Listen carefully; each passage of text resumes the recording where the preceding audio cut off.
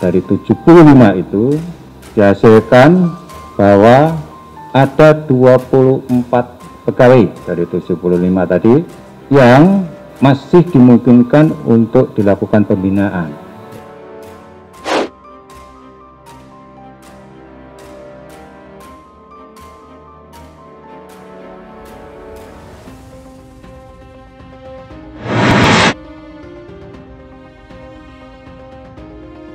Pakar Politik dan Hukum Universitas Nasional Jakarta, Saiful Anam, menyoroti sikap Novel Baswedan yang berlebihan. Itu setelah penyidik senior KPK itu menolak ikut dibina jika namanya masuk dalam 24 pegawai KPK yang masih mendapat kesempatan diangkat sebagai ASN. Saya kira Novel jangan seperti seenaknya sendiri dan semau-maunya sendiri, ujarnya kepada Ermol, jaringan pojok1.id, Minggu 30 Mei 2021. Menurutnya, cepat atau lambat, publik akan menilai sikap Novel itu tidak baik. Kalau misalnya Novel termasuk 24 pegawai yang masih bisa dibina, mestinya tidak menolak, sambungnya. Jika Novel tetap menolak dibina, publik akan menganggap bahwa Novel sedang jual pengaruh dan playing victim kepada publik yang seolah-olah dizolimi. Kalau tetap menolak, maunya Novel apa? Maunya lulus? Kalau memang tidak lulus bagaimana? Heran Saiful. Semestinya, kata Saiful, Novel legowo seperti peserta seleksi CPNS lain yang gagal ikut tes, di mana mereka harus mengulang saat tes itu kembali digelar. Kalau kemudian mereka memberontak seperti halnya Novel, maka bisa hancur negara ini, tegasnya. Saya kira Novel harus gentleman. Kalau memang tidak lulus, mestinya menyerahkan mandat, tandasnya.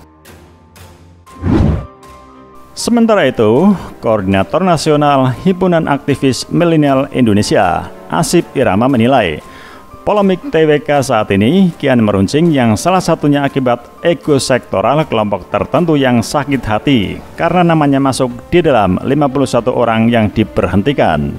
Salah satunya tidak lain adalah Novel Baswedan yang disebut tidak lolos TWK dan mengklaim tes tersebut hanya alat untuk menyingkirkan yang lain.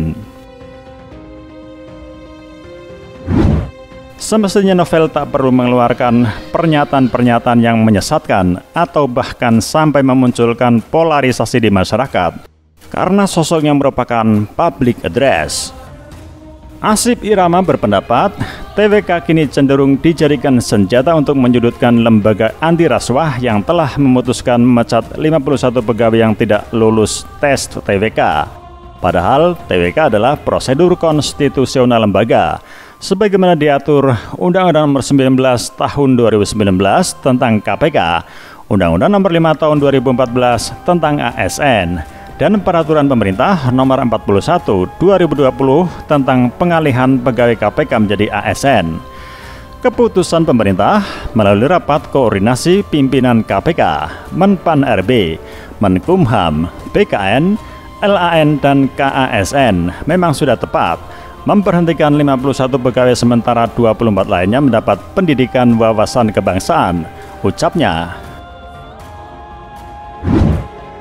Berdasarkan informasi yang disampaikan KPK sebelumnya, ada sebanyak 51 pegawai mendapatkan nilai buruk dari 3 aspek asesmen TWK, yaitu aspek pribadi, pengaruh, dan PUNP, Pancasila, UUD 45, NKRI, dan pemerintah yang sah.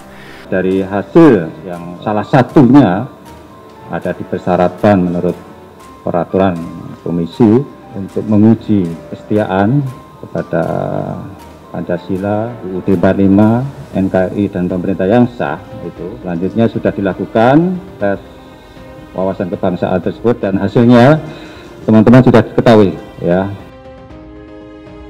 Tentu saja, aspek terakhir TWK memiliki peran fundamental yang tak bisa ditawar. Dan masalahnya, 51 pegawai dari 75 yang tak lolos TWK buruk di aspek PUNP, tuturnya.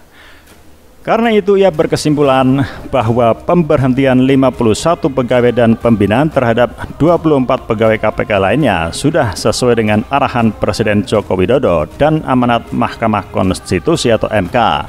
untuk tidak merugikan pegawai KPK dalam alih status menjadi ASN. Bahkan katanya, frasa tidak merugikan bukan berarti semua pegawai KPK harus dialih statuskan menjadi ASN. Tapi 51 pegawai yang tidak lolos justru masih bisa tetap bekerja hingga 1 November 2021. Termasuk hak-hak kepegawaian mereka tidak pernah dirampas. Karena itu, ia mengimbau publik dan masyarakat mesti hati-hati dalam membaca kisruh soal TWK KPK. Mestinya, masyarakat tak perlu membuat hal ini sebagai masalah besar yang justru kontraproduktif dan destruktif, tegasnya. Terhadap 24 orang tadi, nanti akan mengikuti pendidikan dan pelatihan bela negara dan wawasan kebangsaan. 24 orang tadi sebelum mengikuti pendidikan diwajibkan menandatangani kesediaan untuk mengikuti pendidikan dan pelatihan.